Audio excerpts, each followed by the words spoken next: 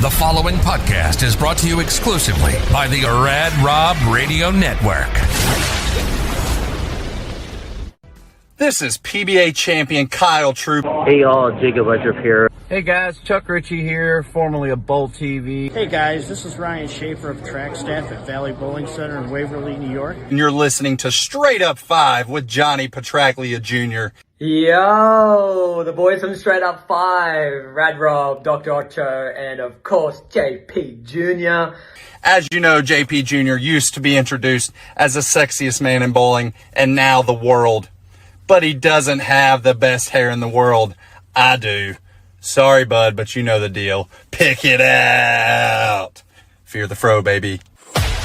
Welcome to Straight Up 5 with Johnny Petraglia Jr. A hard-hitting, in-depth, cutting-edge look into the world of bowling. This podcast will not only cover all things bowling, but will also give you a raw look into real-life issues.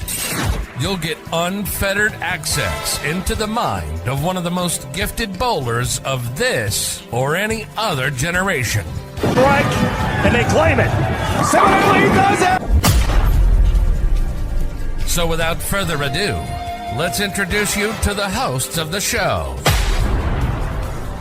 Rad Rob, Rob Francois. Rad Rob, Rob Francois. Dr Ocho. Dr Ocho. And the incomparable Johnny Petraglia Jr. Johnny Petraglia Jr.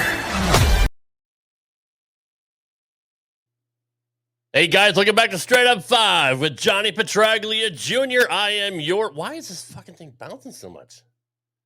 Jesus Christ. I am your host, Rad Rob, Rob Francois.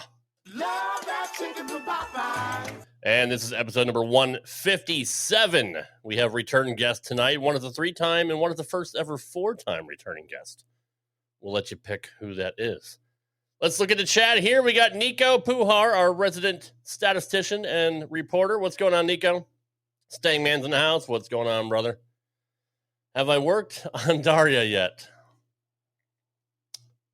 What happens in Vegas stays in Vegas, right? Billy M's in the house. What's going on, Billy? I have not. I'm working on it, but yeah. Anyway, we got Pete Cow in the house. What's going on, Dave? Good to have you here. Welcome, everybody. I'm sure Chuck Ritchie, who will never be on the show, is here somewhere. But anyway, we have 2 very special guests. They've already been here plenty of times. So I don't have a highlight package. So it's you get one. That's it. You get one. You have your moment, and that's it. I got shit. I'm a dad. I got things to do. Let's introduce my first co-host. He is the man with the golden mask. He is the man with the closed pool. Hopefully that gets fixed this weekend. He is the house hack from Howell Lanes. He is the resident doctor of Straight Up 5, the only doctor we've ever had on the show, which is strange. 157 episodes. We haven't had anybody else with a doctorate on this show. That's it is what it is. He has the largest arms in bowling. I'm pretty sure it's accurate. The one and only Dr. Tiberius James T. Kirk Ocho III. What's going on, Och? We haven't had another doctor on. Well, maybe because they don't just freaking willy-nilly hand out doctorates to people. So, how did that happen? That's Sorry. Fair. Sorry, the smart one rolled in again. Jacked and juicy as hell. Happy birthday, Nicole. Happy birthday, Nicole. You know, the lighting does suck here. I look like I haven't exercised in a long time, which is true. So come like 8:45 when I get the lights and the shadows, I'm going to start doing this again. We're going to look much better. So leave this out. Edit it out. I'll do a software drop. Rob will filibuster. We'll look for his neck. Rob, can you get choked out if you don't have a neck? I don't know. I'll have to go to New York City and find out. Fighter on planet Earth, then, because you literally can't. You have to only knee bars and arm locks and everything. I'll have to create a ruckus on the New York City subway and see what happens. Understood. I do. Love it. All right, let's get the show on the road. Also on the show is the man with the name on the marquee. He is number 7 in your program, number 1 in your hearts, the sexiest man in the world, straight out of Jersey. Johnny Petraglia Jr. What's going on, brother? Another day in paradise, bro. And I knew this was their 4th time on the show, hence the reason I'm rocking the 4 Crowns shirt. See, this guy gets it. This guy right here, not this fucking guy over here. This guy gets it. That's right. Ocho was filibustering so much that I didn't even get a chance to hear Nicole's happy birthday wishes. He talks over everything. I'm the one that said it. He's Dr. Interrupted. Playing that back for everybody to hear. Yeah, sure. Here we go. Hi, I'm super excited to be able to wish Ocho a happy birthday today. Thanks, Johnny. That needed to happen. Yeah, I needed to hear that too. Just get the mojo going. You Speaking of which, hey, Sperone's in the house. What's up, buddy? Yeah, you'd be laughing when my fist is caving your teeth in, you little fucker. Ocho, I think you look better with this lighting. No, I don't. What, natural? I mean, I understand the gym lighting. No, just shut up, okay? I ain't got time for that. Ain't Shadows and mirrors, man. You know how they are. You know how the gym funhouse mirrors are. Yeah, they make me. I do. I do too. Gym mirrors are fun. I need one right now, immediately. I have a funhouse mirror. Funhouse mirror. I need a there you so go. bad. All right, Rob, let's go. We need a neck mirror for Rob. All right, let's bring in our very special guest, PBA Pro Nate Garcia, PWBA Pro Elise Bolton. What up, y'all? Welcome back to the show. How are you doing tonight? Good. How are you guys?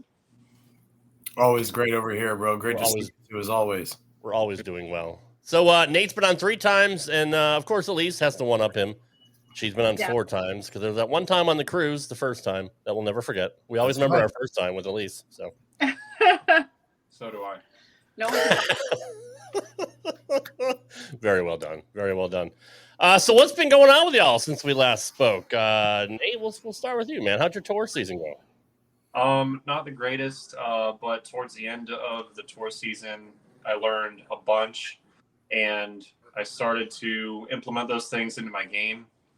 And it showed once I got home that I was bowling a lot better.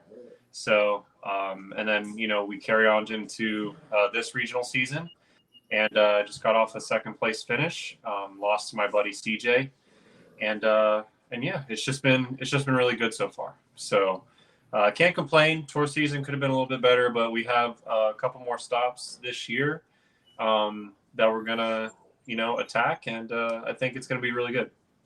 What were the changes that you implemented, and did you find them throughout the course of the tour season? Yeah, I had this tendency to where my body was kind of like locking up and not allowing, me to create the proper shapes.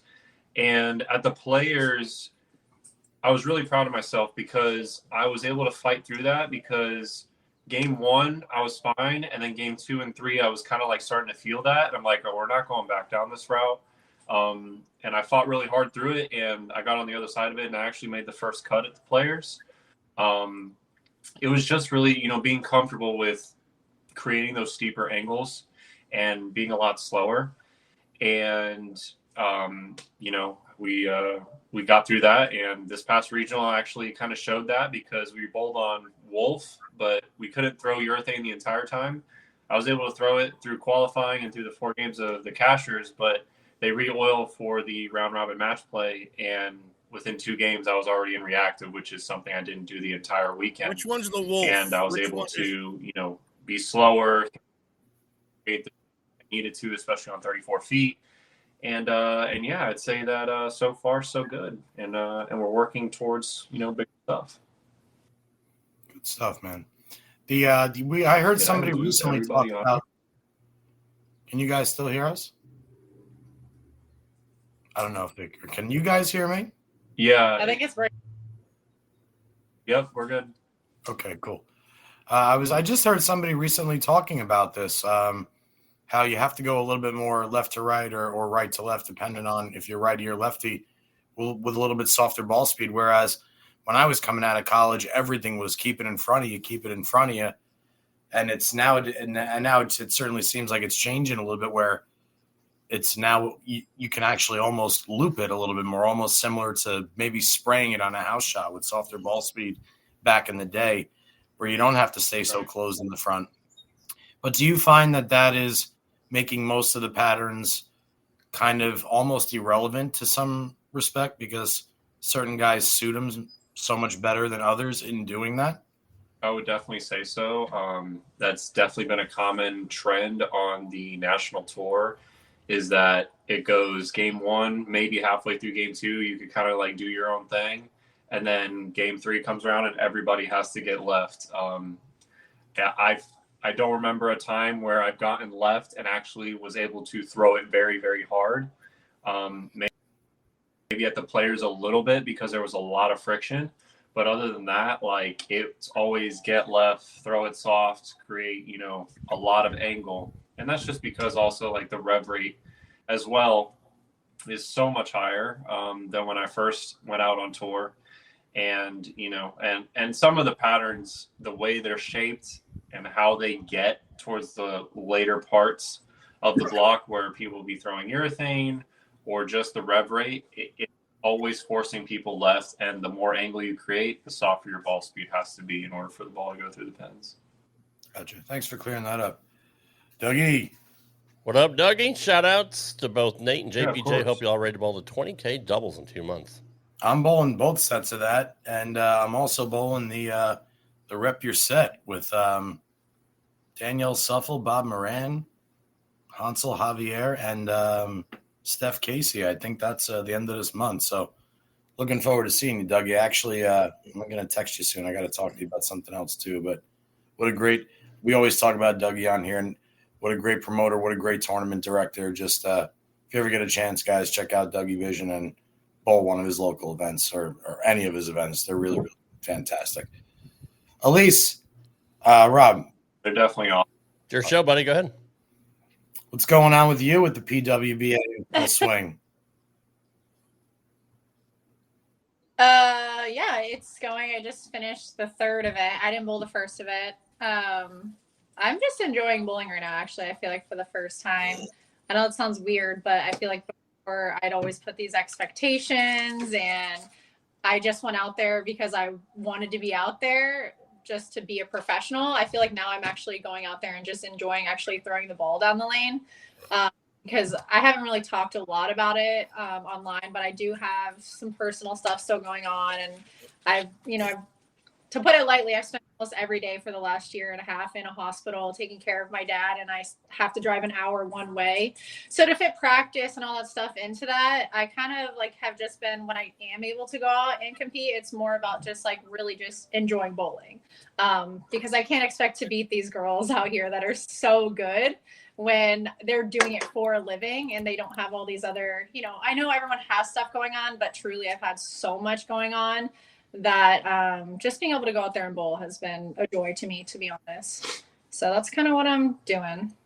To tell you the truth, that's actually the best mindset you could possibly have. I wish we all did that all the time. It would save a lot of headaches, right, Nate? Oh, yeah. Well, clearly there's a perspective putting on there, too. It's like, well, I got this going on, so it's almost like this is the time I get to clear my mind instead of grinding and damaging my mind bowling. I don't mean it like that, but just like trying to figure out the pattern, figure out the layouts, figure out what ball. It's like, all right, I took care of him. I'm going to do this for now. I'm going back to him later. Which one's your break, That's kind of what it's been for me, is like, I obviously have been able to practice a little bit here and there. And then I know people see our YouTube videos, but people that don't know all the behind the scenes and know that me and Nate do everything on our own, when we're filming those, I don't really get to practice, especially to the caliber that you need to be on the women's tour. The women's tour is just as hard as the men's tour at this point. I don't know if any of you guys saw the scores. It's like, you got to average 240, 250. It's not any easier for the women's side. So like you said, I'm just grateful to be able to take that break and go away, actually be able to enjoy what I get to do for a living. And I'm still like bowling well. Like, I'm not bowling bad, but again, to get those extra doubles and triples in the game is really the deciding factor now. So it's like trying to get that, it's a different level. So, and I've been there, I made a lot of cuts last year, but I definitely feel like last year I didn't enjoy it, even though I technically was like bowling better in terms of making the cuts. Again, I've only bowled 2 events, technically 4 if we count Cleveland being, 3 different ones. But I feel like I didn't enjoy it as much, even though I was bowling better, because it was like a grind and I was like had these expectations and I was going out there because I felt like I had to. Versus this year, I've just kind of been like, I can take whatever bowls I want. I know I'm going to bowl good. I have like a different mindset knowing that I can do it. I just kind of like right now, I'm in that, like if I bowl the US Open, I want to know I got the practice in because the last 4 events went well as terms of like having good ball reaction, being mentally there. My spares were okay. So now it's like putting those little pieces together to get back to where I was when I was making the cuts and bowling to a higher standard. And the scores are even higher this year so far. So I think it's possible. It's just, I think it's better having that mindset of just kind of like a vacation, but I get to bowl during it. It's a good way to look at it. So how are you doing physically? I feel like physically I'm doing better. I had a surgery that I feel like has helped me a little bit with some of the health issues I've had. My back is still an issue. It's one of those where I've talked to some surgeons and this and that, and they all kind of say the same thing where it's just, loss of water in those discs and I can strengthen it around it. But it's one of those where I just have to learn to prepare, stretch, do all the things afterwards. But overall, I feel like I've been feeling better in the last month since I've had my surgery before Queens. So, and when you do get to bowl, are you bowling well? Like, do you think you're kind of getting back into where you think you should be? Do you still have, we all have things to work on, but how's your game right now? Are you happy with it at least? I'm happy in the direction it's going because I will say, even though I bowled well last year, I still like look at stuff and I'm like, dang, like if I could even throw it as good as I do, like on some of my shots more consistently, like I've said before, like I know I'm a competitor and people will not be able to beat me just because of the mindset I'm able to get in. But that's what people don't understand sometimes with the pro level. It's being able to throw those really good shots 8 more times than the other people. So it's not whether I'm throwing it good or not, it's what's the difference between my really good shot and the shot that's errant. And that's where I'm still trying to figure that out and perfect that with not having as much practice as I know some of these girls get to have. Especially since me and Nate, I know we talked about it a little bit, but like we travel an hour one way most of the time to practice.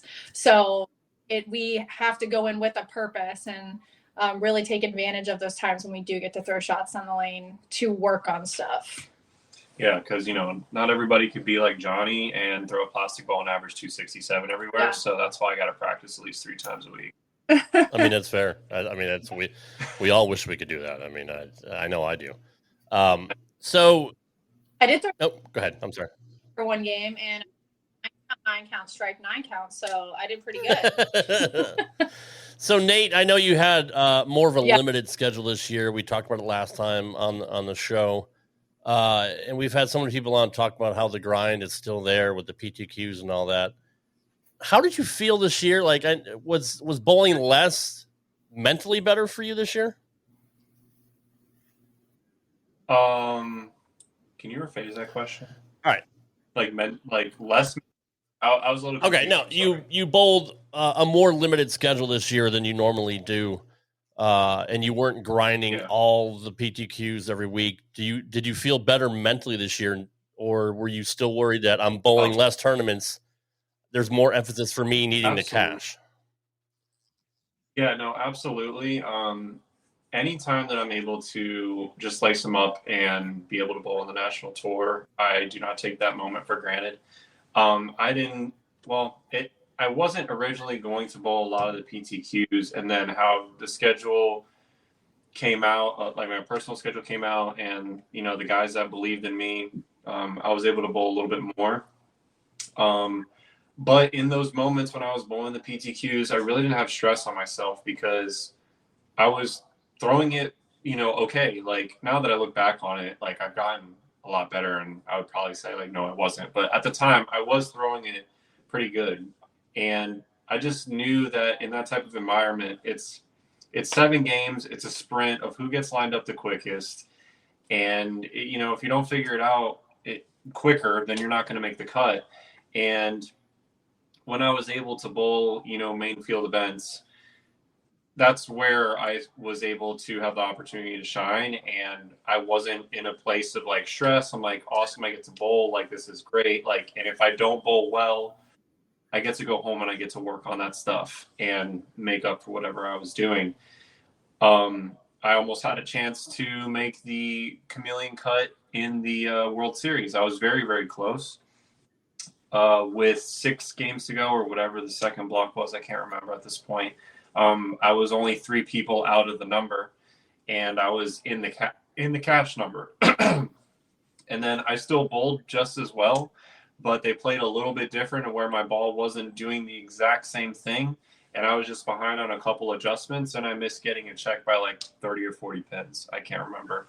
But, taking that, I was like, I'm happy with that. And then that propelled me to the players where I made a cut. Yes, I didn't get paid, but EJ Tackett missed that cut.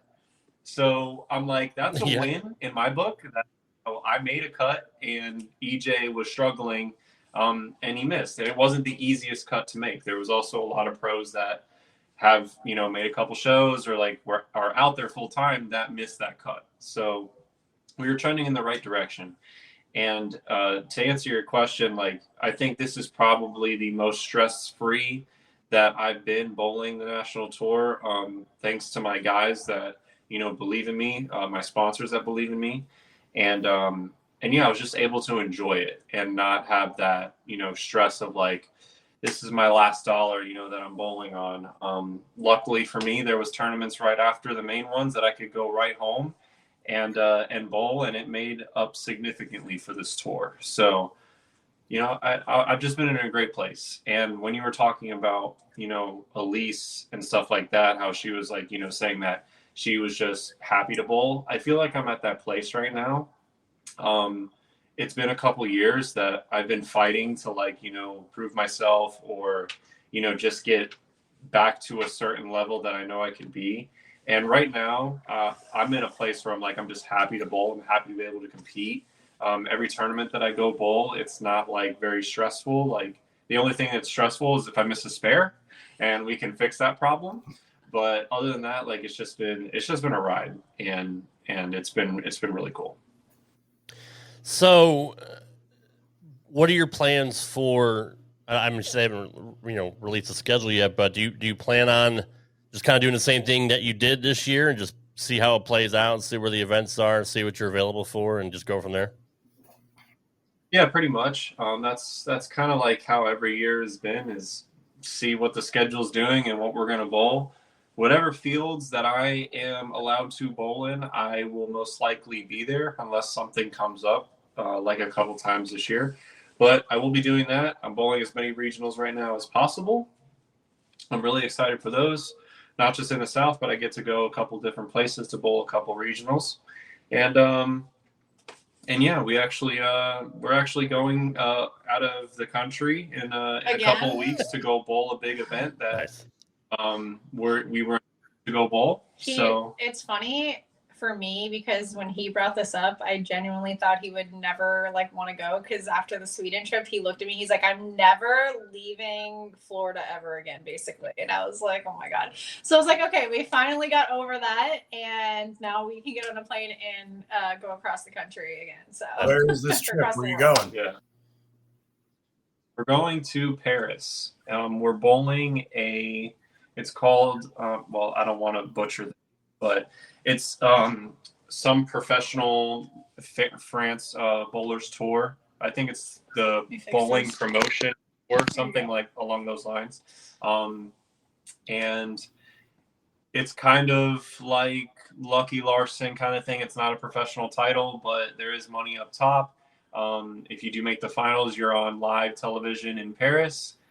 I don't want to quote or promise that I will be on TV, but there's like a portion of the event to where whatever pros are coming, I think they may showcase that on TV. So I may be able to be on TV already. I don't know. But I'm just going to bowl well enough to make the TV show, and we'll go from there, and I'll make sure to send you guys a link. Better.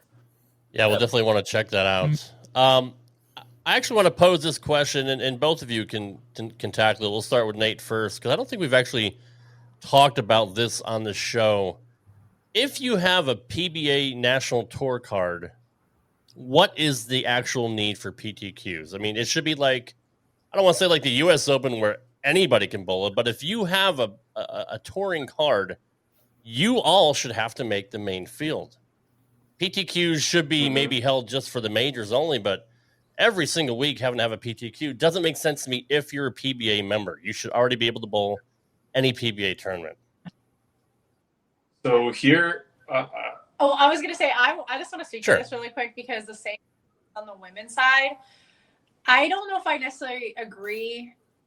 And this is why I say this is because obviously we're not members anymore, but I feel like the problem is with being a member of any organization when we're talking about bowling is that the average requirements are way too low when we're talking about house. Agreed. So on the women's side, okay, and I'm talking strictly from obviously most women that bowl, I don't want to say most women, but there's a lot of women that bowl in a house shot that can play up 10 in their high friction center, average 220. They come out on tour and they average 160, 170. That's fine. I get they need the experience, but what people don't understand, it does hurt the lane play. So when we get stuck with women who are unexperienced, when you're bowling, for a lot of money, you've spent all this time, it gets a little frustrating where sometimes, I don't think this happens as much on the men's side because of all the rev rate. Everyone kind of has rev rate, but you'll have the pairs where you're like, okay, I need a big game. And then you hit a pair where it's like no one played left of 20 because it's like girls that don't know what they're doing. I know it happens on the men's side a little bit more, but that's where I just don't agree with it. Where I'm like, there's got to be a way to get experience. But then to me, you have to raise the average requirement or require these people to bowl on a sport pattern or have some type of requirement to be considered a pro because of that simple fact of lane play when you're out on the tour. Or on the guys' side, I think it comes down to the urethane. You have guys who don't know what they're doing. They get lost and they just start throwing urethane and you hit pairs that are just awful because some urethane all over the place because they were so lost. So that's the only thing I can say about that because I see it a lot on the women's side where I feel bad for them too because it's not that they can't get better and get there, but like they don't understand that like some of them had never bowled on a sport shot before they came out on tour. And I'm like, not that we don't want them there, but it makes it really hard when you're like, I spent all this money to come out here and you're following someone who doesn't know what they're doing or you hit that pair. And it does get a little frustrating. Absolutely. Let me ask you a question on that, Elise. It's actually, I agree with you completely, but I want to bring up something that maybe you have an answer to also. Do you think it's possible that, because I've been saying the same old story for a long time, that I think it's absurd that if you average 200 for 2 consecutive years, that you could bowl anything PBA related. I mean, I personally at this point think it's absurd that if you don't average at least 225 in 2 separate leagues, you should, or 220. You should average at least 220 to even have a chance to go sniff it. But that's neither here nor there. Do you think that if they raise the average, because again, the only people it's affecting is that individual player that may be below the cusp right now.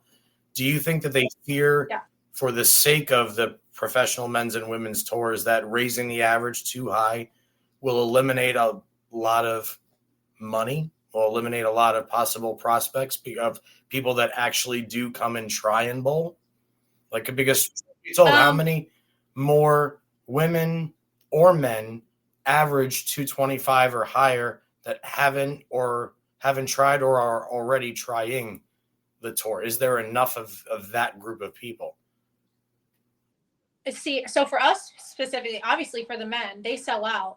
With the women, we've been selling out every event. And I would say there's a majority that there's still some people in there that are trying to get their feet wet. But I would say that if you took out those people that obviously still need time to get better and like, I don't want to say they shouldn't be bowling, but again, we're at the highest level. That's like saying someone off the tennis court should just be able to go play, the French Open just because they beat, some good people. It's like one day. AAA versus major leagues too. That's where I think it's a huge step up too. So this is my thing to this is like, get better. I feel like if you force the people to go in, these girls and guys are going to actually try to go get better versus like, I can throw it all everywhere on a house shot, average 220.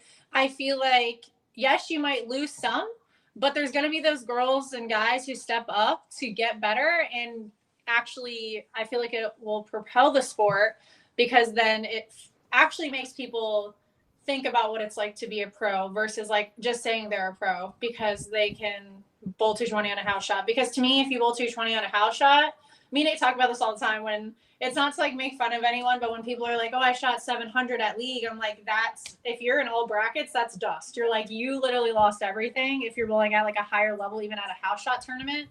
To me, like, especially on the women's tour, our scores are high. You have to average 215 at the bottom, and that's on those sport shots just to even sniff a check. So to me, like, even on the women's side, you should be able to average 230 on a house shot, 235 in order to keep up with these women. And same thing on the men's side. I mean, in order to actually win, you got to be able to average 240 on a sports shot to even have a chance. So like, it's one of those where it's like, you don't want to push people out, but it's also like, if we want bowling to be looked at as a serious sport, you can't walk in and see people as sponsors who are like, well, if they can bowl, I can bowl. And I don't know if you guys saw that. There was a TikTok about that actually, where this guy saw like the low scoring of the PBA event, and the guy's like, they, you know, of course on the show it shows they shot 180 to 190, and the guy's like, well, anyone can bowl if they can shoot that. You know, I feel like there's that I think that this was the origination of our show. Like when we used to talk about it, the house shot, the averages. People looking on TV and go, "Oh, I went to the bowling alley. I shot 230 today. I could do that." Go back 2 years ago before we were even doing the video, and we were talking about this stuff. And I was the advocate that's saying it's too damn easy. And they say, well, they want scoring. They got to have scoring in the bowling alley, or else people aren't going to show up. Okay, then that's where you're on point. Make the average 220, 224, something.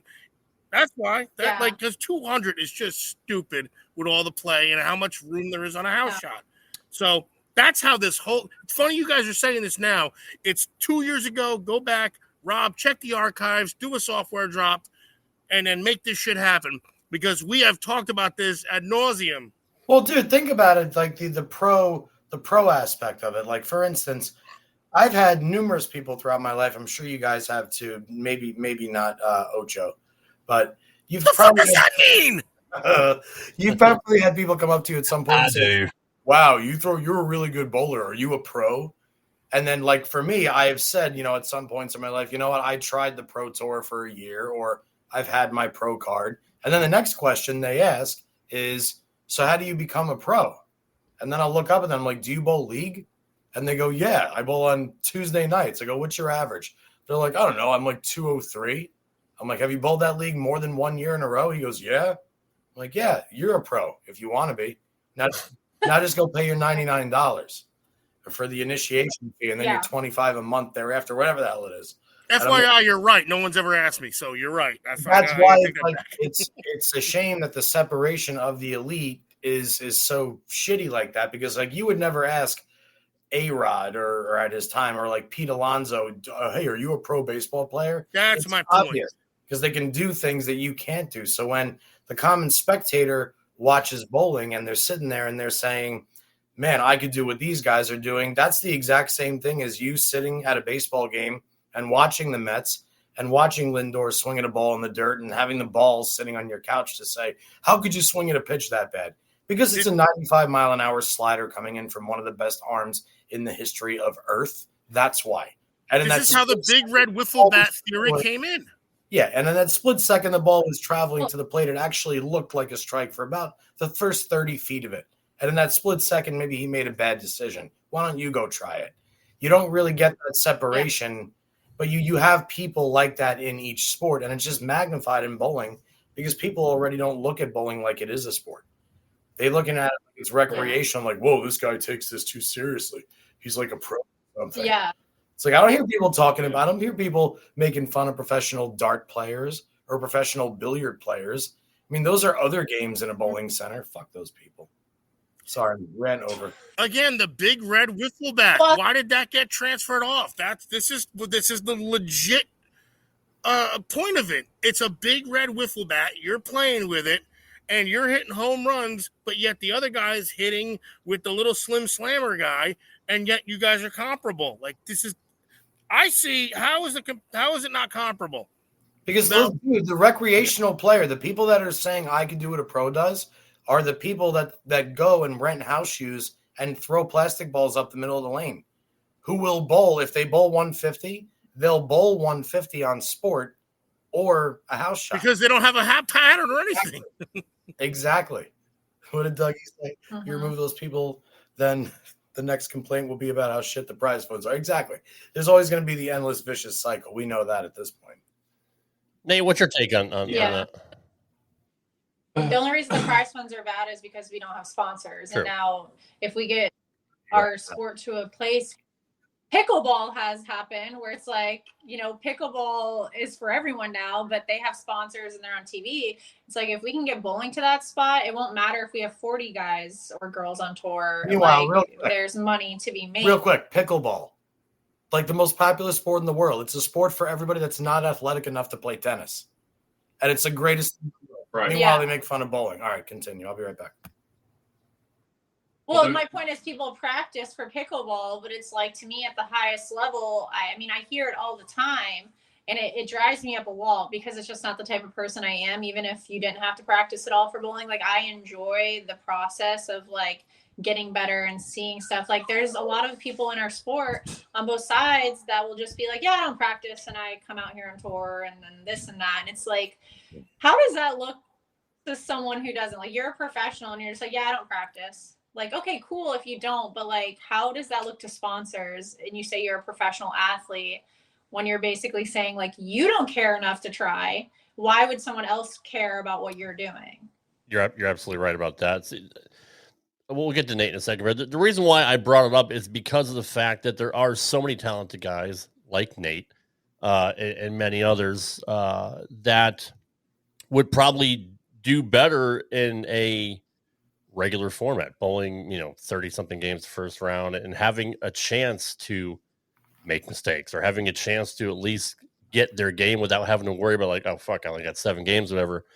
I have to be on, and it's super stressful. But how many more people like Boog, and the others that we saw this year and last year would make it if they had the chance to bowl more games? And that's to me what the whole point is. And especially if you are a professional bowler, you shouldn't have to jump through fucking hoops to bowl the rest of the gang. So that's really the reason why I brought it up. And I do understand, Elise, you made great points about.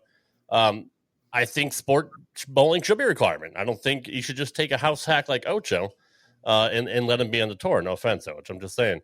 And maybe use the regional tour as a feeder system. Use the PBA league as a feeder system. There's so many different ways that you could get quality bowlers to the national tour and not have them fucking just jump through hoops, to make the main field. It's not fair to me.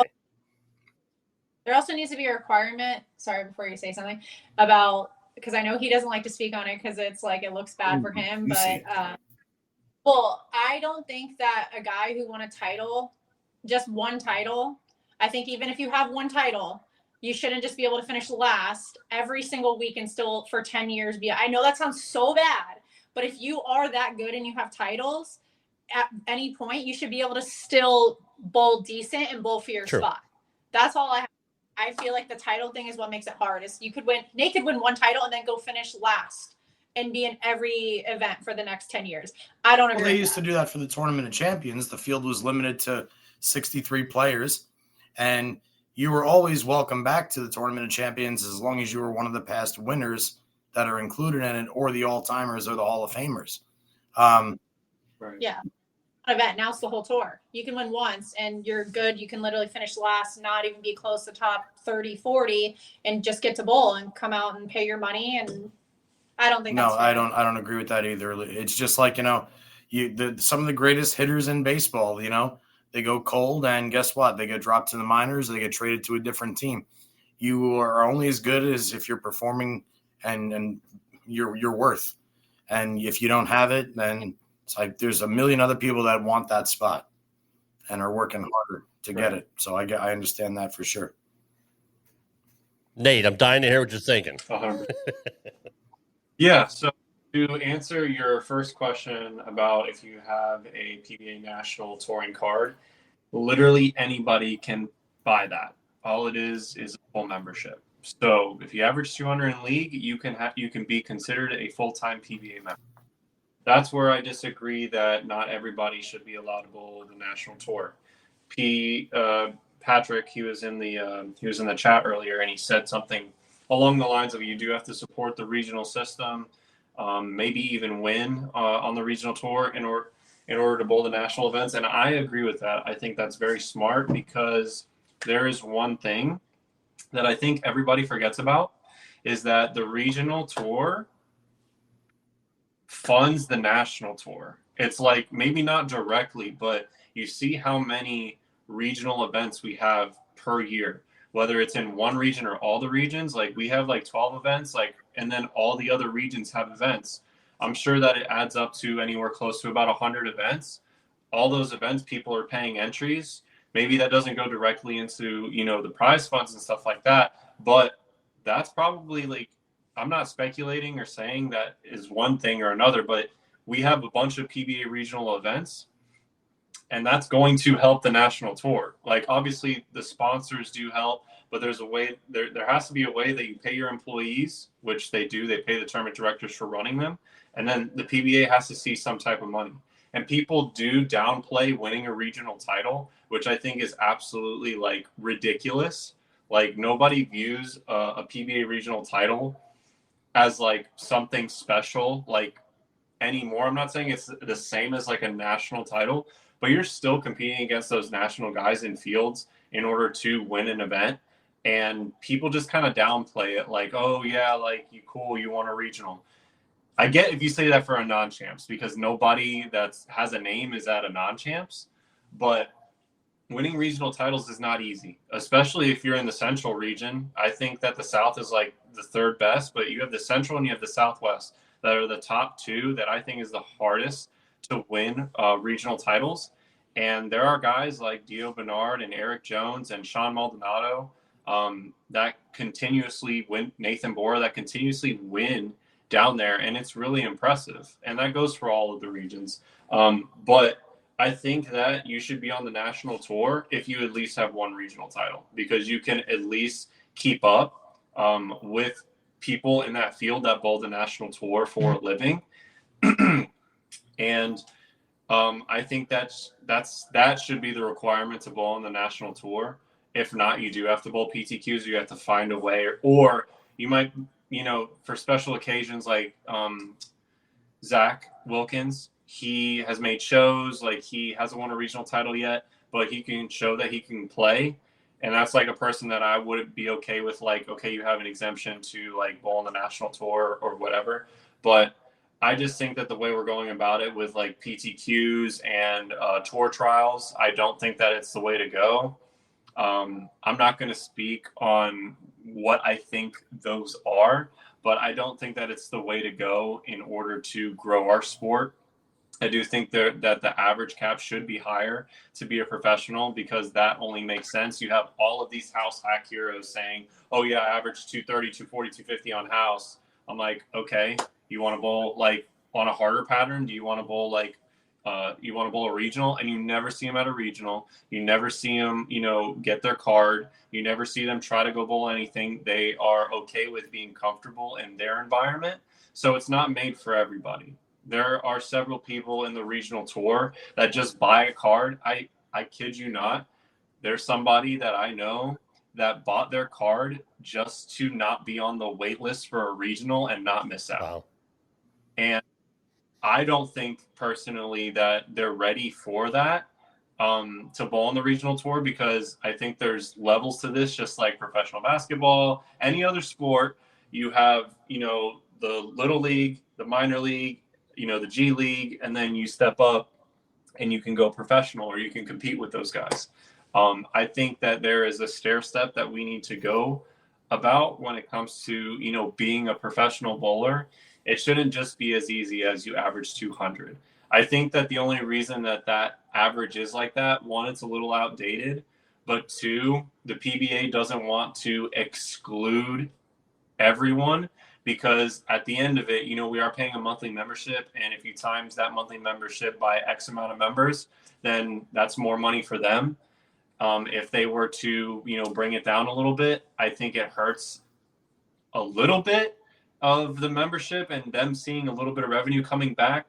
But at the end of the day, those people that average like 200 in league or, just get their card, they're only going to, and I mean this respectfully, they're only going to donate so many times before they just drop it and go back to bowling like, whatever local handicap event that they're going to go bowl. Because they're going to realize that they can't bowl the TAT, they can't, bowl TMBA, they can't bowl X whatever.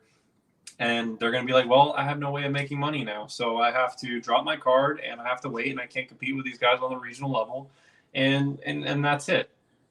So I do think that they should raise it because being a professional is not for everybody, but I understand that they're still trying to make money off of their members. That's just like with anything. If bowling was as popular as it used to be, or is as popular as like golf where you pay a pro membership or something like that, I can't, I'm not very experienced on, paying memberships and stuff or whatever. I know basketball and baseball don't have one to be a pro. That there's a draft process for that. Maybe bowling will get there one day. But the way that we have to pay our memberships and stuff, I don't think it's for everybody. I love how you both have unique viewpoints when it comes to it, but pretty much we all agree on the same thing. And both of you made fantastic points.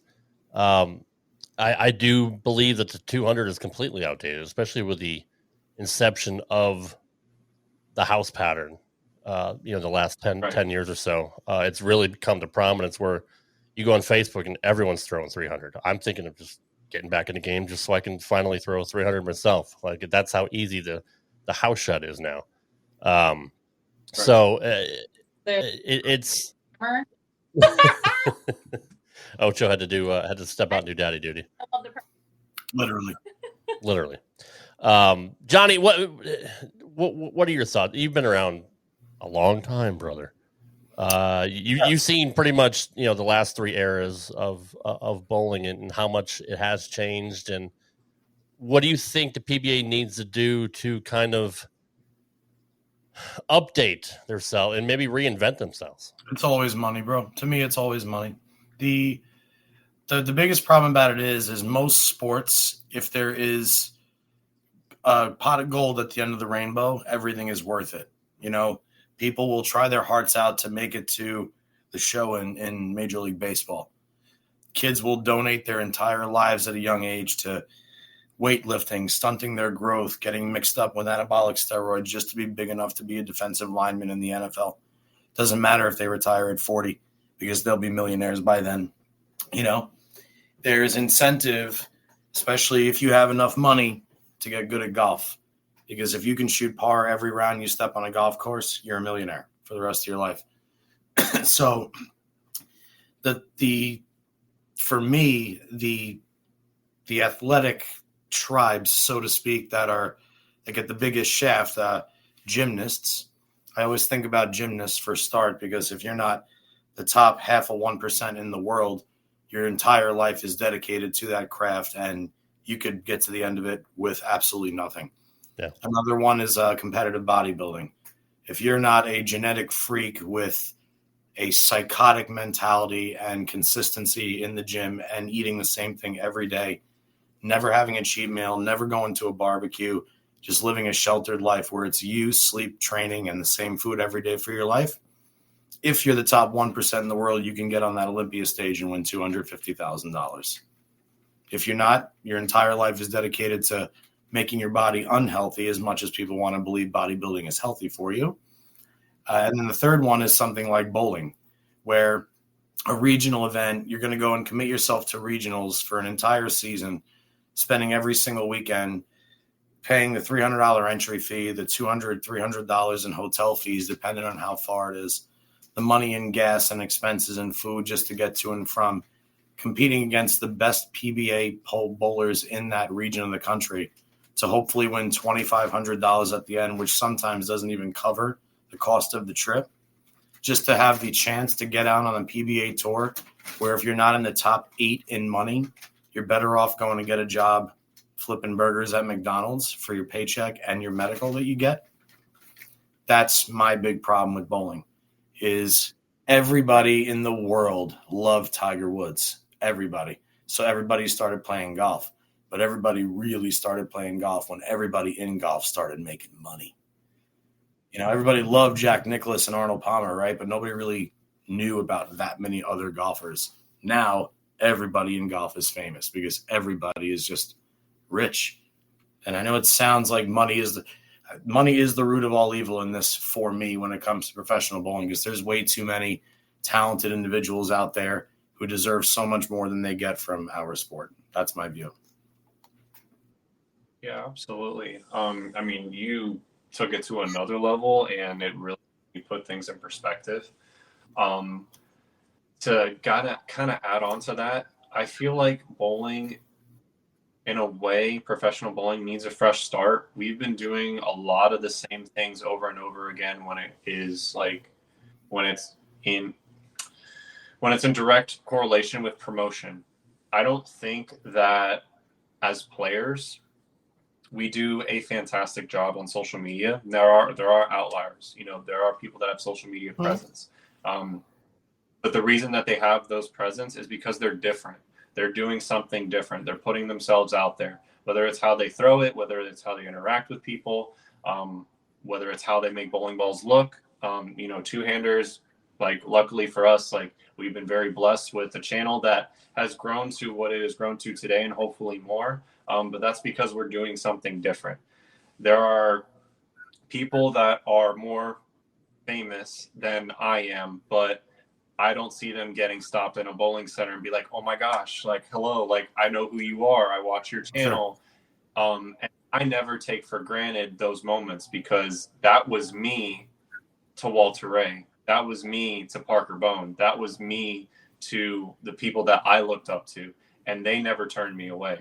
So I would never do that to somebody else. And I'm not saying that I'm famous, but for that to be a full circle moment for me is pretty special. And I think that all players need to invest in themselves, not just on the lanes, but off the lanes as well, and how they promote themselves. You see what LeBron James is doing. I know he's a basketball player, but he has millions and millions of dollars, but he's finding ways to be a trend. That Taco Tuesday thing, he was either during COVID or right after COVID, Taco Tuesday wasn't a thing. And then LeBron James did it a couple times, and everybody started saying it, and everybody started having tacos on Tuesday. And that was a trend. And I just think that we need to do things as players in order to get, more sponsors, whether it's for ourselves or for the PBA, more eyes on, the sport itself. That's why Elise is successful. And I'm not just blowing her up because, she's my wife. She's done something completely different that isn't being done in the bowling industry. And she has all of these followers following her that really like her because she's a nice person and she takes the time to talk to people. And what she's doing online is very different than everybody else. And that's how she gained a bunch of followers and stuff like that. And people watch her. There's a lot of professional bowlers that are very, very successful, and not a lot of people watch them because whether, they're not a people person or they're not doing something different on social media, and social media is the way to go right now. So I think if the PBA did something like that, it would probably propel them in a different way as well. You could almost relate it to it's the new age way of selling a bowling ball. Whereas people, when Walter Ray would make TV every week, it didn't really matter what ball Walter Ray was throwing. I'm going back to the mid 90s when resin first came out, and it was the huge craze, and people would watch bowling on ABC and then go out and buy a bowling ball, the new one of that year. And it's it didn't matter how many shows Walter Ray made throwing that friggin' Helix Quantum, because they didn't sell that well. But if Robert Smith made one television show throwing a Thunder Road, everybody bought a Thunder Road. Now, he was different. Right. And nowadays, it's you need to do something that appeals to the viewer on more than just the one spectrum of bowling. That's why on this show we're a little off the wall. We're a little more aggressive in the way we talk. We try and bounce off and use different walks of life to relate to our sport. We're trying to come off the beaten path while also giving people, like you said, at least what you do, where you actually give the time of day to the people that are following you, that are into what you're offering to the table. I one kid, I forgot his name and I'm embarrassed about it, but there's two people I actually follow on social media. And again, I'm a successful bowler. I'm not one of the best in the world, but I can hold my own in a lot of bowling alleys. But I like watching, I think she goes by Sarah Bowles is one. And then I really like watching, I think the kids' channel is called The Hype. Maybe it's yeah. And I like watching both of those because like I'll watch Sarah and I'm like, first I'll say, I wonder which way her follow through is going this time. But then I also like the rawness of her videos. And then I like watching him. Well, I don't know his name. I like watching. Carlos. What is it? Carlos. Gotcha. I still didn't hear you. I'm just going to say Carlos. Oh, Charles. Charles. I like what Charles does because he's not biased towards any company. He just talks about what you see, and he flags the head pin, he goes through the face, it. And I think that's real raw footage, which I've always appreciated in my social media content. So everybody's different, but if you got something that people like, stick with it. Right. Well, like to put it in perspective, and this isn't like me calling anyone out or just like what Nate said, it's just like how the world is right now. Like I had the newest Brunswick balls and I went out to the tour stop and some of the girls were really mad that I had them and I was the talk of the town and I found out, that everyone was like talking about it. And I was like, not to be rude, but like we're on Bull TV. Those are the people that are already seeing the bowling balls in every other respect of our industry. But I'm like, do these girls think that just coming out here and bowling the tour stop, they're selling bowling balls, even if they have multiple titles? Sadly, like that doesn't really relate to sales, especially in the professional side nowadays. Like it's all about social media. Like you were just saying, like Sarah Bowles could probably sell more bowling balls than some of the girls on tour just because she has that relationship with people online where they're customers that might not be watching Bull TV or, watching the professional shows, because you get way more views from a 7-second reel on Facebook, TikTok, or whatever than we do bowling for a professional title. And I felt bad because I didn't want to be rude, but I'm like, I can market a ball, even if I threw it like shit, to anyone online more than these girls that have multiple titles. And that's not to disrespect them, but that's just the reality of how the world is. And, I don't take that lightly either. I'm very lucky that I get to work with the companies who allow me to be myself, which is why I went free agent, even with like Turbo and stuff. Like I'm very lucky that there are companies out there in our industry who are seeing like it's better to have individuals, and it doesn't matter if you have a million titles, like you're just as valuable as are people that have titles who just want to bowl and don't want to be online. At the end of the day, you're not discrediting those people that have titles, but you are just as important to the company because you're doing the one thing that keeps them in business, and that is to sell bowling balls. Yeah. Which used to be like when we were making shows, when there was live national television, like even on the men's side, when we had all those shows with millions and millions of views, yes, that is just as important, but it's just not like that anymore. Especially for the women. We can't expect to sell bowling balls when we are just selling to people already in the industry on Bull TV. Right. You're not customers, which is what we need. Correct. Ocho has been talking about this for a while about why aren't bowlers on X? Why aren't they on Instagram as much? Why aren't they on TikTok? Ocho has been a big proponent of that because you're right. Somebody else said it in here, like outside of a bowling alley, nobody knows who half these people are unless you're lucky enough to be a Belmo or or somebody like Norm Duke or Pete Weber that's been around, and have been successful. Nate, why do you think bowlers don't do that? You're essentially your own independent contractor. You are your business, your face, your name. That is your intellectual property. Why would you not want to promote yourself and try to grow your sport? And before you answer that, did anybody think that Nate was going to grab her around the neck with that freaking cord before? Like, I got panicky. How come nobody has any tactile awareness, man? I do. You have to be you have to be aware. He literally got up and was motioning right around her. And then, I'm panicking here. The garrote from I'm like, maybe we got a great show going on. But I don't want to okay, so good. I'm not the only one. All right, go. Everybody has a where do you see the different taste in replay? I'm entertainment. telling you. Oh my god. I'm not gonna reveal. And all by the this way, that's the to slowest everybody. ceiling fan I ever saw. It's literally going at like, why is it only like? I don't know what that's It's doing. it's doing nothing. Well, that's the other thing. Is the electrician not there? Not Did he doing unplug nothing. it to try and choke you, and that's why the ceiling fan don't work? I'm panicking over here. It's still going. If you want, I could. All right, Rob, get back to it. No. X. The air vent. Hold on. Right. So it's off and the air vent's blowing it. Okay. That must feel so good. That's Mine's okay.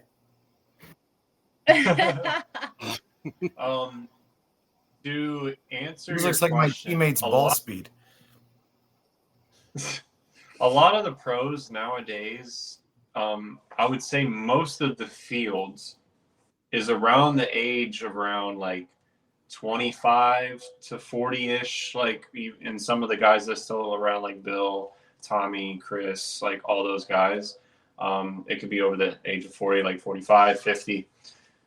That age gap, we didn't have social media growing up. Like, I didn't have, like, Facebook wasn't introduced till whatever year in 2000.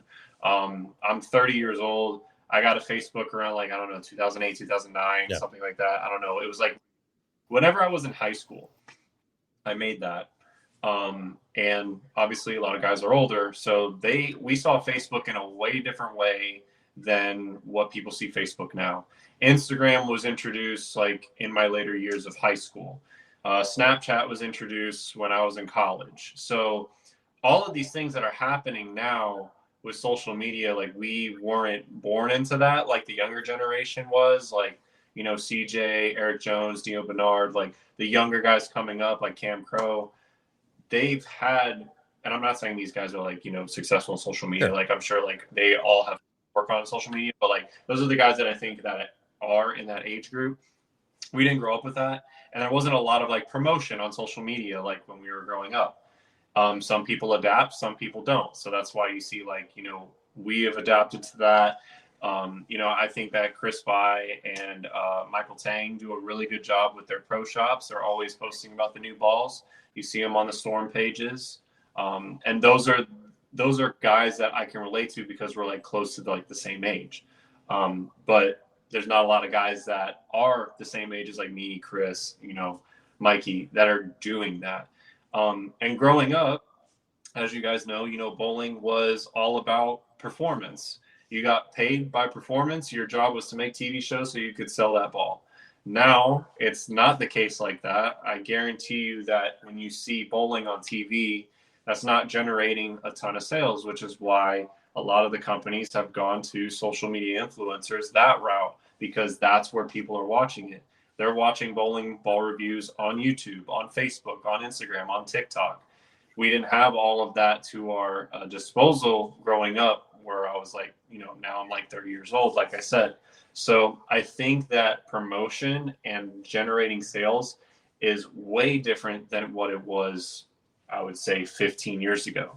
And I feel like because that generation wasn't taught to promote yourself, it was to just make TV shows, and that's how you get popular, and that's how people know your name, and that's how we sell bowling balls. That was one way. And then you just had to adapt when you're in this age group, like I said, to now flip the script and be like, well, this is how you actually promote bowling balls, because everybody's on their phone. Everyone always has a phone. Everyone's always on Facebook, Instagram, all that stuff, and they're looking to buy what is the next hot thing. So very good points I just there, think Nate. that's why. Spot on. But still, shouldn't it then run with the younger crowd then? Because literally that's all they know.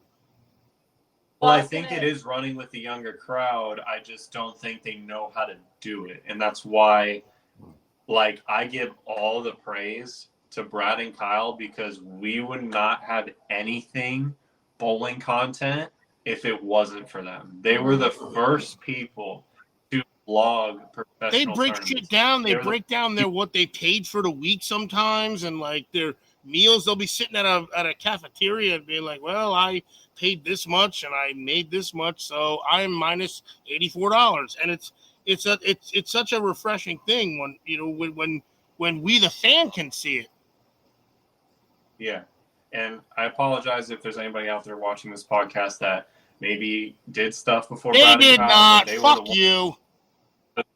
They were the ones more popular, and they were the ones that figured out whatever algorithm was going on, that they were able to attract such an audience over to watch bowling, whether it was a sweeper, whether it was professional tour, ball reviews, you name it. They were like the foundation, and we're just very lucky, to be on that journey as they are, and continuing to grow and continuing to spread. What And it's bowling proof is. of exactly what you're saying, Nate, because I have to get my daily dose of hating all over Brad because it's what I do, even though he's the nicest person in the world. Brad has done nothing at the professional level to earn the popularity that he has. Zero. So just Rob, that one was for. Didn't he make a couple? He made a couple TV. He made a couple TV shows. Yeah. That's what he's done. Shows, but like his personality speaks for itself, and it's not even just like him trying to be something online. I will say that's my other thing. Oh, It's he's like, so humble and self-deprecating too. That's a thing. But he's not afraid to just be himself, because I will say I don't like when I know people in person and I see, I'm not calling anyone out, but there's people online that they put a persona on. I think what makes Brad and Kyle more real is because they are genuinely like they are on camera and off camera. And I think that's where anytime someone asks me, how did you get into social media, or why did you do this, or how do I make a YouTube, I'm like, you don't. You go on and do the stuff that you would want to see. You be yourself. You post the stuff that you would like to see, and the people that like that will come. If you go on chasing clout and you go on chasing numbers, it won't find you. You have to go on social media because it's something that makes you happy. I'm sure you guys see the randomest stuff online and you're like, how is this a thing? How's this popular? It's just because the algorithm fed it to the other people that. And I love deep rug cleaning. Yeah, like it's someone that loves rug cleaning. I've seen that stuff too, but I'm like, I watch it. It's satisfying. Like, clean that fucking rug, man. That's why I watch car detailers, like watching them clean like these disgusting cars. It is, or people mow their lawns. It's weirdly satisfying. You ever watch clogs get unclogged? That's the shit right there. People watch horses get like their hooves clipped. Watch all the incredible when they Dr. get reshoot, when they scrape the shit up. Right. Love it. All the time. Or cows too, man. Cows need that shit. That's the thing. That's like when awesome. you get because you get friggin' hoof rot. You gotta get in there, friggin' spread the gimmick. So messed up when we're done with this. Oh yeah, because it's listening right now. I'm gonna have. But my point with those, it's someone who enjoyed doing that, who was just posting it because they liked it, and they didn't even probably think it was going to be popular. And I feel like it's the same thing with anything. It's like if you enjoy it, the people will come. But you can't be on there being like, I want to be popular. I want this. I want that. You have to do what you love, and the people will find you. And I will say that's why I think Brad and Kyle have been as successful as they have been and have stayed relevant, is because they are genuinely the same people on and off camera. There's nothing fake about anything they do. They're not trying to be Brad and Kyle on camera and then different off the lanes. That is just who they are. And I think that that's why it worked for them and has continued to work. I will call somebody out because I think he's fake, and it's Kevin Williams. And you guys don't have to respond to that at all. That's just my personal opinion. I think Packy is more humble than Kevin. Yeah, Ocho, I'll tell you later.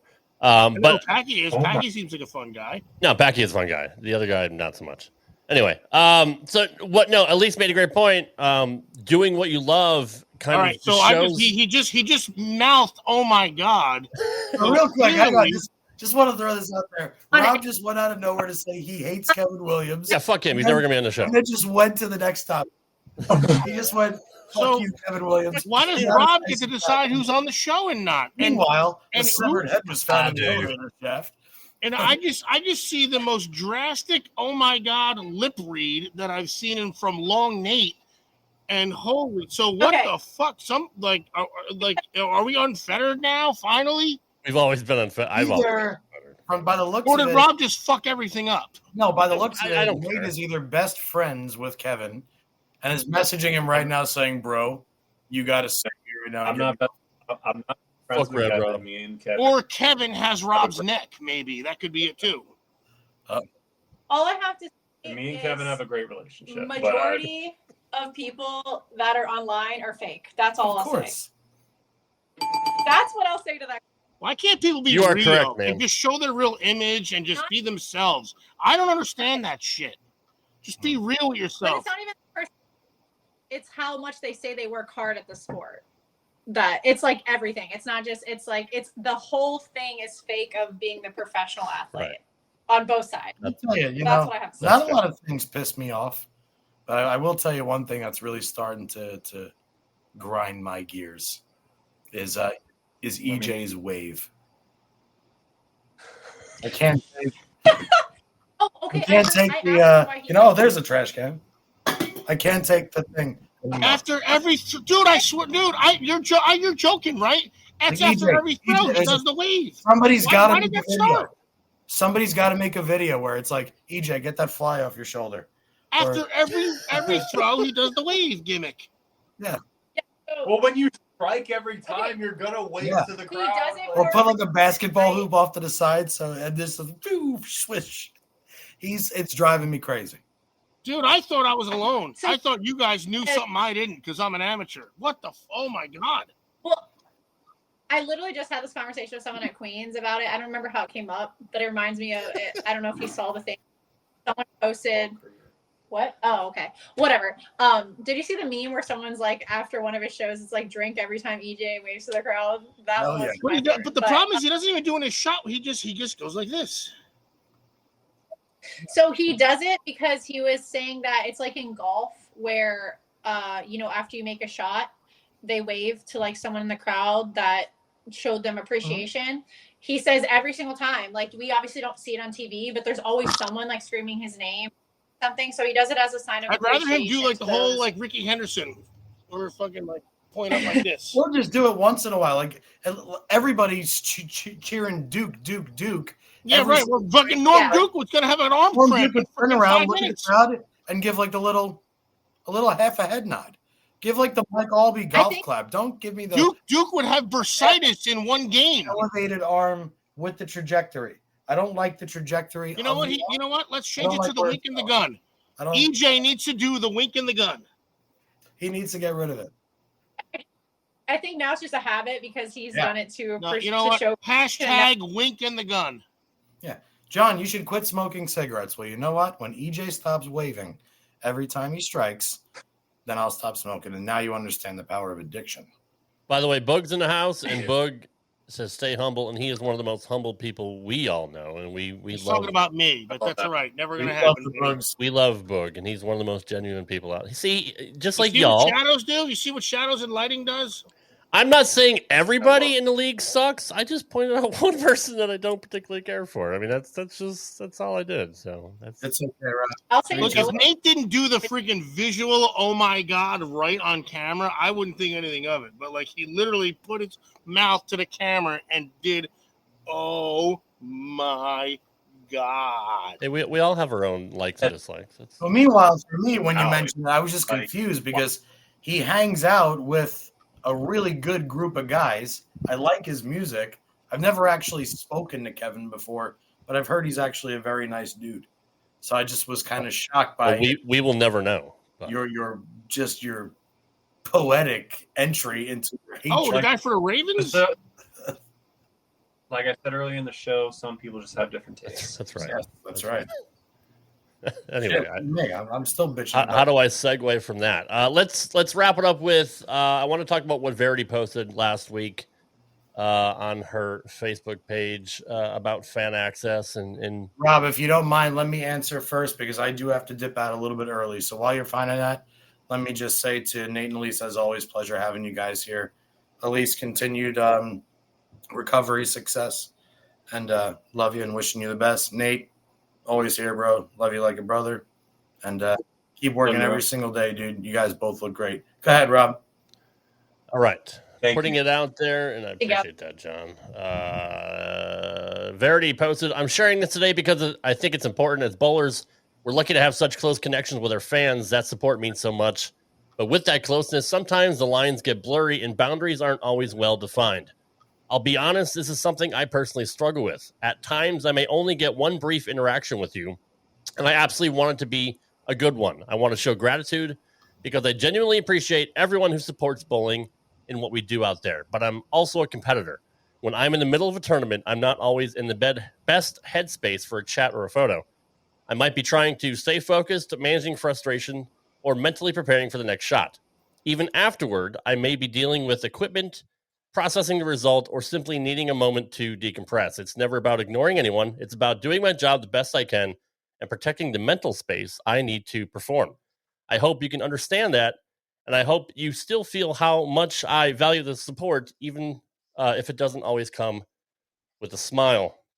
And this is this is the other screenshot that she posted from a fan that reached out and messaged her on Twitter or Facebook. I think it was Facebook, and said, Verity, I'm a longtime fan, and I've interacted with you on this site several times in the past. I was there to watch both sets yesterday and said hello to you twice as you walked past me. The first time I got a quick glance back after you were past me, and the second time I didn't even get a response or a look. I know how you usually interact with your fans, but I found yesterday very disappointing, to which she answered, sorry if you felt ignored. That was never my intention. When I'm in the middle of competition, I'm completely focused on my performance, as it's part of my job to give 100% to what I'm doing on the lanes. Afterward, I may have been busy sorting out equipment or debriefing. I always appreciate the support. I hope you can understand that my priority during events is to stay locked in and do my best. Thanks for understanding. You both are pros. You both are in the public spotlight. Whoever wants to go first. Well, I already asked you for it, so I'm going to go first. Oh, yeah. Sorry, John. My bad. All right. First off, John Urasek, we should change his last name to You're a Dick. And he is by far the imbecile of the week, because anybody after that beautiful message that Verity wrote that she did by no means have to, did it out of the kindness of her heart, and flat out just answered exactly why she may not give you the time of day. That piece of shit has the fucking balls to go on there and then say, hey, by the way, you That's shit just on it, me. the rebuttal. Fuck you, you fucking motherfucker. And now she's going to go out of her way to be polite and respond to him again. John, I wish I knew you so I could never say hi to you. But as far as what Verity said, Verity basically wrote what I'm assuming Pete Weber would have written in 1989 or 88 moving forward until the present, had he had social media available to him. Because that's why so many people grew up hating Pete Weber. Oh, he's such an asshole to fans. You know, he swats markers out of kids' hands for an autograph. He doesn't talk to anybody. It's like, no, you're just hearing the incidents about when he probably just went big four to miss the show. And on his way back to the paddock, as he's about to throw one bag out the side of the building and the other three through the wall, you decided to say, hey, Pete, remember when I bowled you at a Pro-Am in San Diego in 1992? I beat you. No, that's not the best time to bring up that story to Pete. That's so good. And I beat you. Yeah, so like that's so Verity, good. I think what Verity wrote was very, very classy. I don't think that that she needed to. For one, that made it worse. It sucks, because then it means like you're answering to these fucking lowly fucks. Right. But you're answering to people who are just ignorant. Don't even deserve it. There's really, if you answer to one ignorant person, you're going to have to answer to more of them. You're setting yourself up for a lot of headaches. I would rather have those people say, yeah, that guy's a dick. He didn't say hi to me. So that way the person he just told I was a dick to can leave and say, so that guy I was just talking to hates people for not saying hi. He's probably got a real nice life. Hold on. It's not even worth your time, man. Hold on. I like what Alex said. I wonder how PB3 would politely tell someone to go eat a bag of dicks. I'll close before I leave with a great quick story about that. I'm watching P. Weber bowl the Touring Players Championship at Stonehenge Family Fun Center in Akron, Ohio, 1997. And he gets done bowling the second block, and he's leading qualifying. He's averaging just under 250.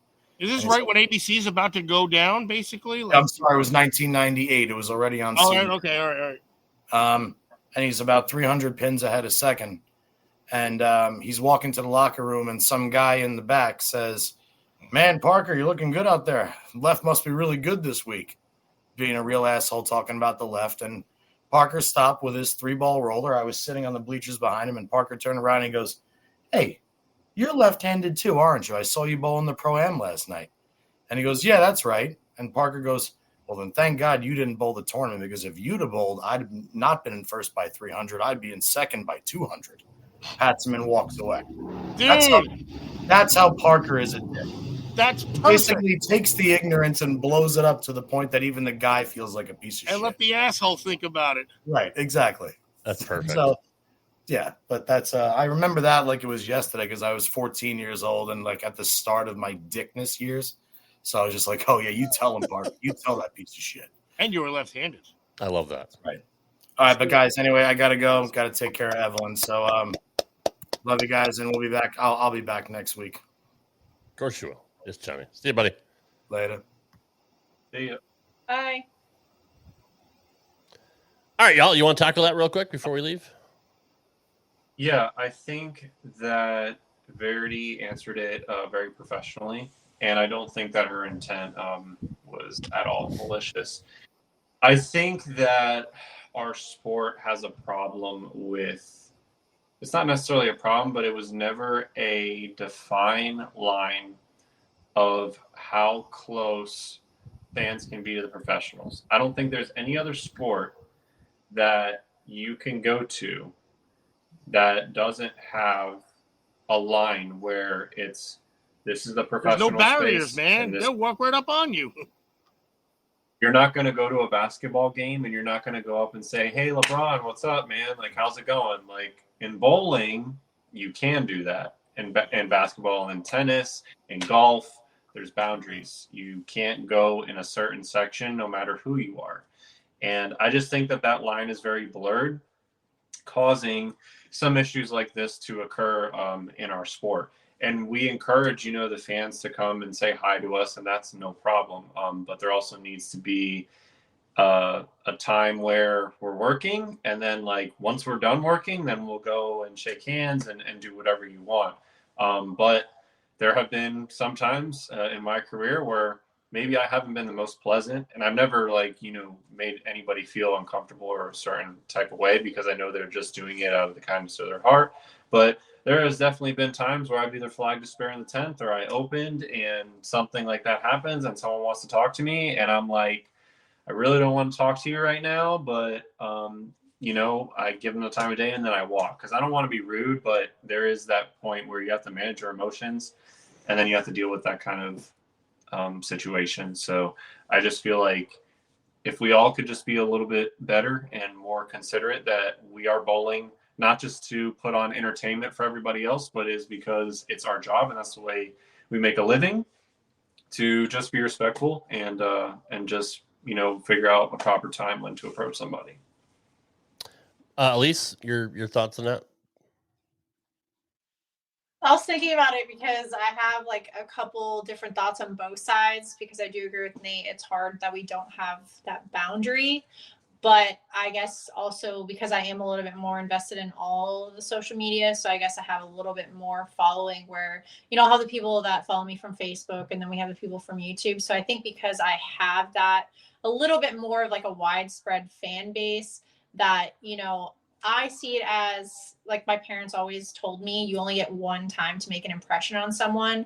And unfortunately in bowling, we're in that space where like, if I invite people to come out and watch me bowl, I already understand kind of that, whether they want to say quickly hi, like while I'm passing by, like I kind of like put that on myself, being in the public eye and being like, hey, come watch us bowl. Because in reality, I know I'm not in the bowling center all day, or we don't have like meet and greets. So I kind of already know, putting myself in that place, that someone's either going to say something to me while I'm bowling, after a block. I'm only in the center for so long when I'm not bowling. So that's kind of my perspective on it. There's a privilege of being online, and you can choose to use that privilege and you can choose not to. So my thing is like, obviously Verity's very heavily online. So I think that she is right where it's like, she's out there to bowl. But again, I know all of us, we're not in the bowling center for longer than an hour after we're done bowling, or we're only there an hour before. And before, obviously, we are just, getting ready, and the pro-ams, they don't always use us, or we're not in the building. So if someone wanted to meet you from that city, they only get so many opportunities. And for me, again, like, especially with the problem we have with not having the viewership, I kind of like just kind of eat it sometimes where I'm like, I want to meet everyone. And even if I'm not in the best mood, I try to just take the time to at least say hi, or, you know, after I'm done bowling, if I see someone, you know, like I got done in Cleveland actually, and I saw some people staring at me and I could just tell. And even though I obviously had a lot on my mind, I was like, you know what, I need to make this space to give them the chance to say hi, because they might never get another chance to say hi. So it's one of those, if you choose to be in the public eye, you just kind of have to understand the way our sport is, that there's only so many opportunities that that person came out and will have a chance to say hi to her. And I know that's tough, but it's one of those that, you know, I've had to learn when I'm really not, especially even watching Nate. Sometimes I'll be just like trying to watch him, and I know people want to say hi, and I might be in a really, really bad mood. But if I really don't want to speak to people because I need some space for myself, I'll go sit in the car. You know, I don't want to put them in the position to where, you know, It's a bad experience. It's a bad experience for them. It's the same thing as being like a high celebrity. You know, Justin Bieber knows he can't just walk down the street because he's going to deal with that. He's going to stay at home. So you kind of have to understand, like, being in the social aspect, and especially in our sport, you know, that's going to happen, and it sucks on both sides. But the fans obviously need to respect that. But I feel like there's that line of, like, to me, it's not that hard to just say hi really quick. And that's just me. I'm a different type of person because I just want that person to come back and watch us bowl. And it's hard because we are competing. So that's my perspective, is like, if you are on the internet, you kind of know what comes with being on the internet. Well, I mean, I didn't get offended when you ignored me for the first half hour after I was sitting there talking to your husband. So, I mean, there's that.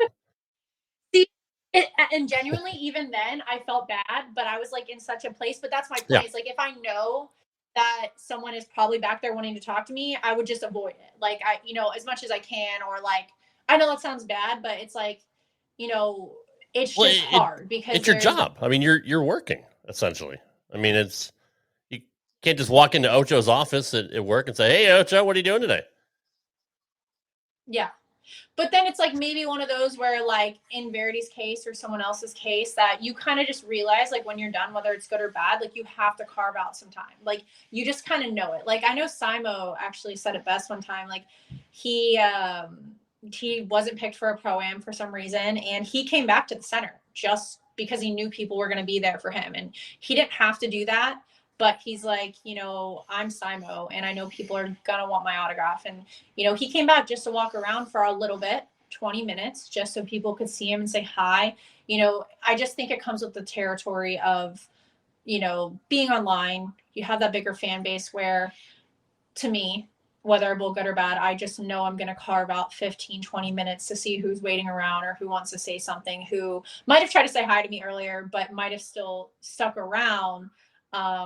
So that way, again, they can get that interaction that they feel that they get from you every day when they see you online. Right. No, you're absolutely right. I just think the guy that was reaching out to Verity was I don't want to say, I mean, it's creepy. You get your fair share of creepers every day. You post something on your social media, much. But it's like you got the it is like, now you're going further and further. Like, come on, man. Yeah, I've gone about that even on my reels. Like, obviously I post a lot of the new stuff coming out, you know, I post a lot of stuff, and there's a lot of comments, and I try not to spend a lot of my time online. Even though I personally post online, I don't really scroll a lot. I have a lot going on, especially with my dad and everything and our travel schedule, that I've had comment like that where someone's like, I comment all the time on your stuff, and I see you coming back to other people and this and that.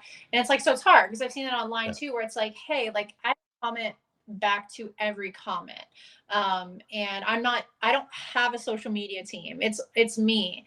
And so it's hard because these people feel like they know us online, and it's just, like I said, it's part of the territory. You know that you're going to get those people that don't understand that they don't know you, even though we want them to feel like they're a part of our lives and this and that. There's just some people that don't realize, like, you're a person.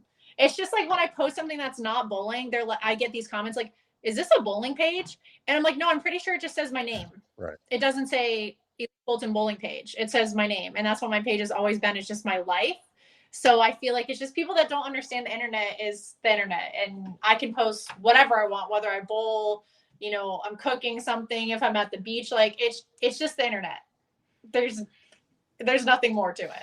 Belmo touched on it. He was on Bowling with the Fef last week. If you guys haven't checked out, it's also a fantastic show. I was a guest on his show. Belmo said that he wishes there was time allotted before the events start to where you could have a meet and greet. Say, hey, this is where you're going to be. This is how long you're going to be there, and give the fans time to meet Simo, Belmo, Kyle, EJ, whoever else. And again, the Pro-Ams does a great job of that as well, getting to meet and bowl with your favorite stars. But he also said maybe there should be some kind of a barrier, like maybe like a rope or something that you can't cross. That way, at least the fans know, hey, I'm here, I'm working, don't mess with me.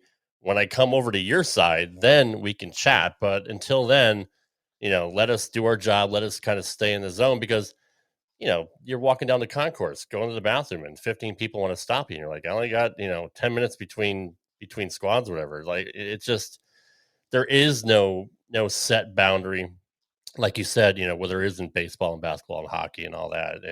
And maybe the PBA should do something about that. But to your point as well, that may be the only time somebody could ever see you guys or ever see one of the pros out there. And they only come here once a year, or I haven't been able to come in a few years. You never know if they're going to get injured, if they can't, this is my favorite bowler, I want to meet them. It's just like, if I've met several wrestlers, because I've been a big wrestling fan my whole life, and there's been some dicks that I've run into because they're probably having a bad day, and there's been some really nice people too that you probably wouldn't expect. But that's as a fan, that's that is my only chance. I may never ever see this person again. So there is kind of a fine line that both fan and pro has to walk. But you should respect somebody and not say, hey, I said hi to you and you didn't say hi back. Like, what the fuck? That's creepy. That's stupid. That just, I would never have the balls, as much as I say in the show, to disrespect somebody like that, to say like, oh, except for Kevin, fuck him. But to say that I would never complain because I saw EJ somewhere and he didn't say hi to me. There's obviously several reasons why he didn't.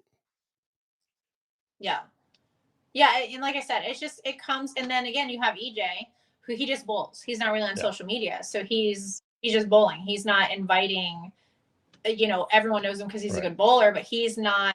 And this isn't no diss to Verity. This is anyone who's online, where it's like, if you're inviting, you're posting all the time, you want the interactions from everyone. Like, again, I just think it comes with the territory that you have to understand. Like, if you want to be what we would consider a social media influencer in our industry, that yes, it's tough, but like I said, for me, I'm just a little bit different. If I if someone does try to say hi to me, even if it's creepy, I really try to give them, even like if it's 3 seconds, and then I'm myself, and then I'm like, hey, I gotta go. Like, sometimes you just have to do that. Again, it comes with the territory.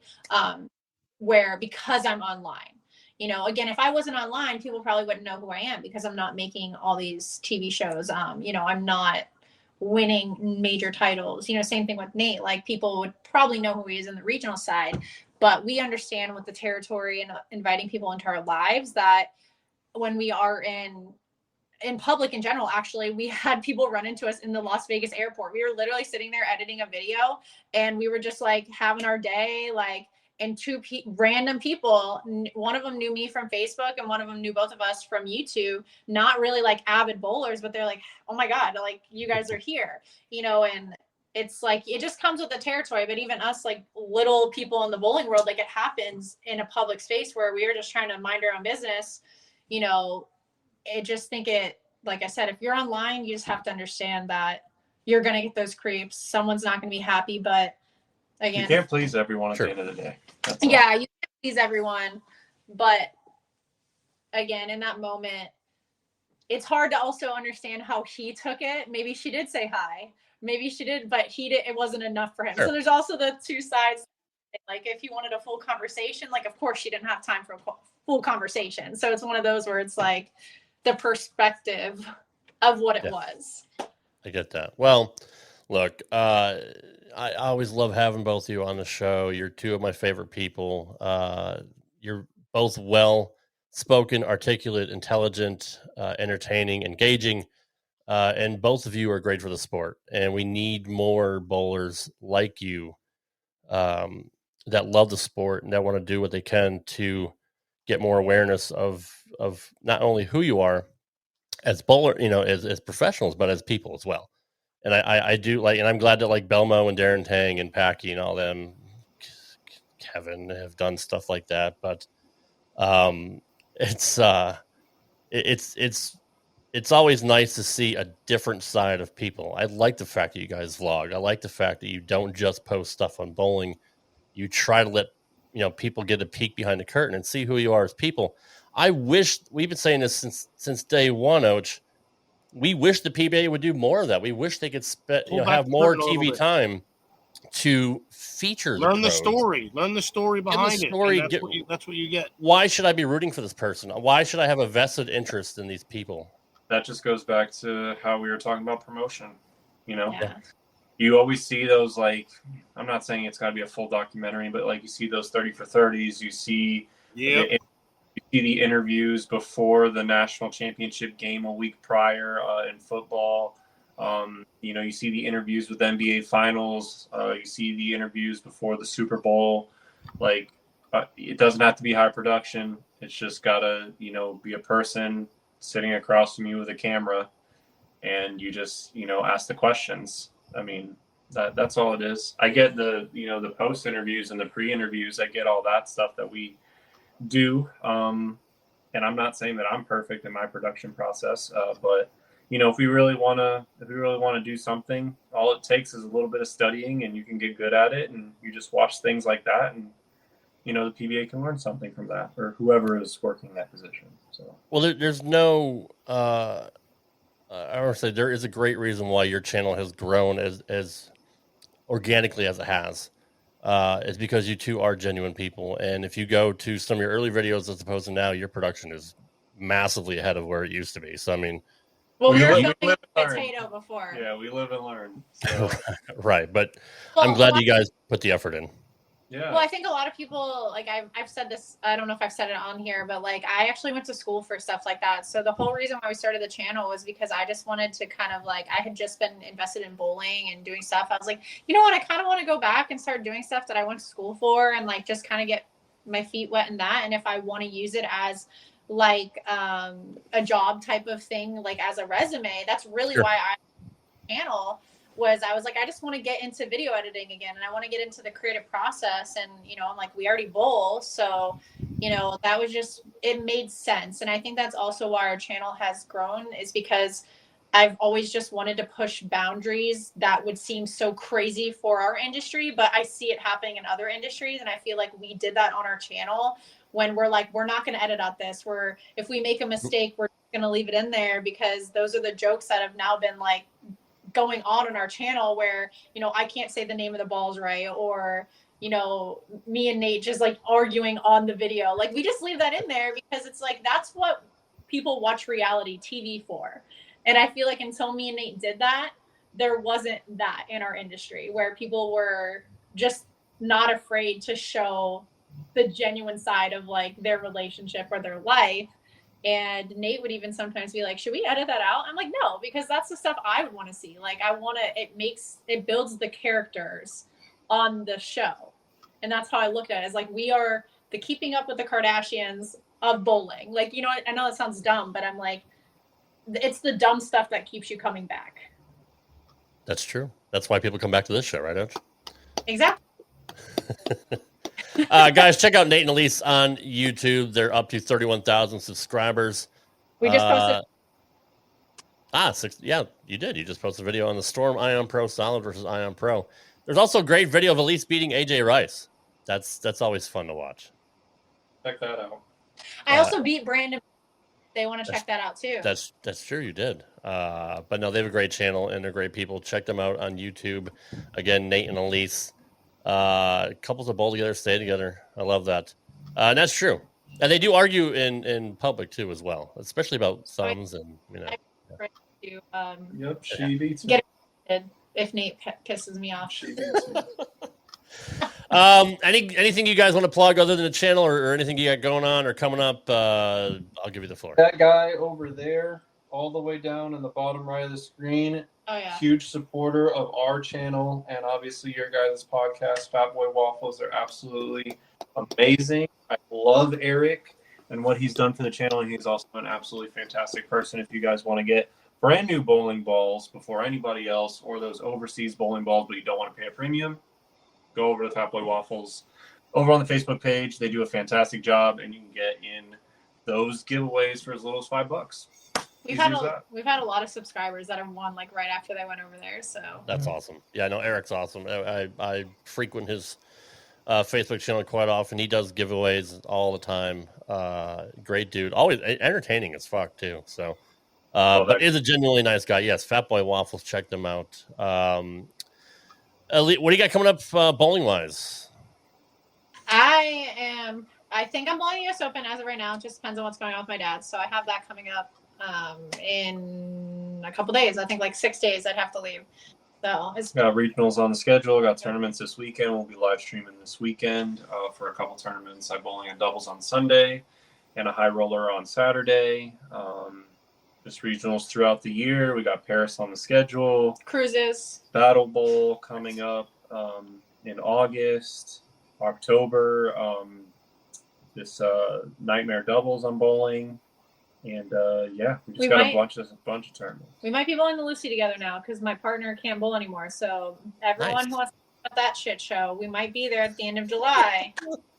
Fun time to watch Nate and Elise bowl together. Maybe not, but we'll see. We'll see. that would be something to see for sure. And hopefully, I think it's October is when the PWBA comes to Smyrna, Tennessee. So I get a chance to see you guys again. If you happen to bowl that'd be cool. We'll definitely hook up for that. Yeah, I've looked at that. I'm gonna see. It's hard to get around for 1 day events. It's a little tough. Yeah, I know. Yeah. But might be doing that.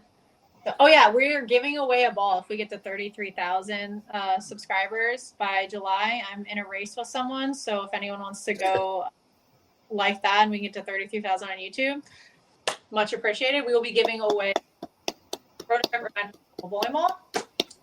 Yeah, video. So I guess I'm giving away a bowling ball. I guess you're giving away a ball. Definitely go subscribe right now. Stop what you're doing. Subscribe right now. 33,000. We're giving away a ball. And once you hit 32,000, Nate's gonna do one of these. Yeah. Oh yeah.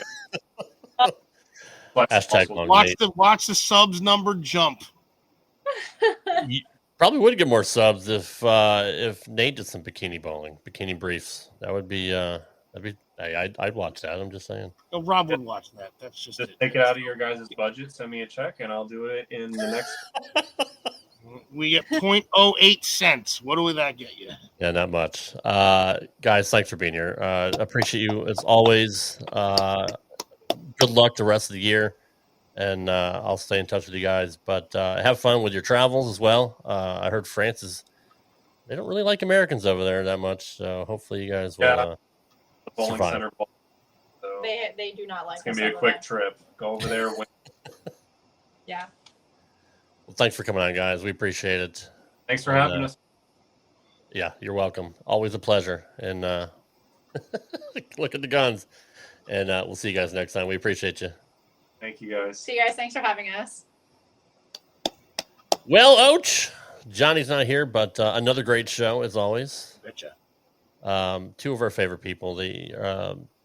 Again, they're just great for the sport, and we need more people. I'm one of my favorite people, so I gotta do. Well, we know that, and I know you got daddy duty, so we will wrap it up here for this week. I don't know what's going on for next week. I don't have a guest yet. Look, Ocho knows I suck at what I do. My nose and his neck. I don't have a plan. I just kind of wing it. I texted Nate a few days ago and said, "Hey, you want to be on the show this week?" Sure. And I don't think he told Elise for a couple days. Next week, Nate and Elise. Here we go.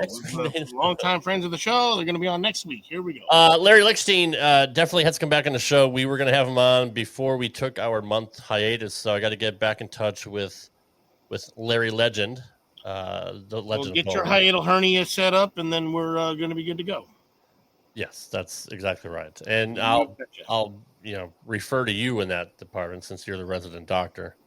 I know you're a specialist of all things. Apparently only on this channel. Go figure. Yeah, go figure on that. So we're working on. I'm working on Daria. I got to get back with her. Easy. I'm going to email her this week and try to get her on the show as well. You never know who's going to pop up on Straight Up 5. But we do appreciate everybody hanging out tonight for this. Thank everybody.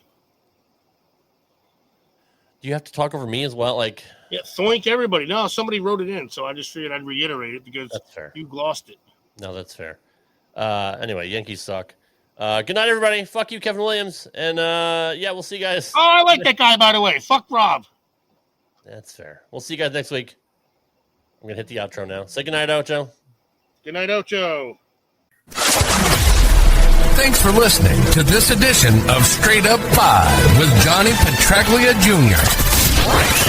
You can follow the show on Twitter at Straight Up 5 Pod. Follow Johnny Jr. at JPJR07. Follow Rad Rob at Rad Rob Gaming. And follow Dr. Ocho at the Dr. Ocho. Got a question for Johnny? Send your questions to straightup5podcast@gmail.com. We'll see you next time for another edition of Straight Up 5 with Johnny Petraglia Jr. Right here on the Rad Rob